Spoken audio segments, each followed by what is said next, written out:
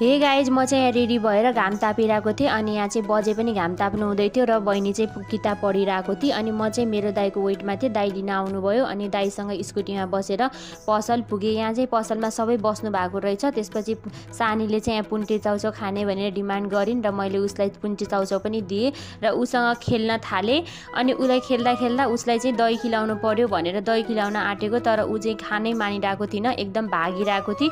अनि यहाँ चाहिँ पहाडबाट माइजूले तरुल पठाइदिनु भएको रहेछ, एकदम अर्ग्यानिक तरुल। अनि त्यो तरुल हामीले चाहिँ खायौँ अनि यो तरुल चाहिँ एकदम मिठो थियो। अनि यो तरुल खाइसकेपछि दिदी र दादाको चाहिँ जाने टाइम भयो। बहिनीलाई चाहिँ यतै बस भनेर रोकेँ मैले।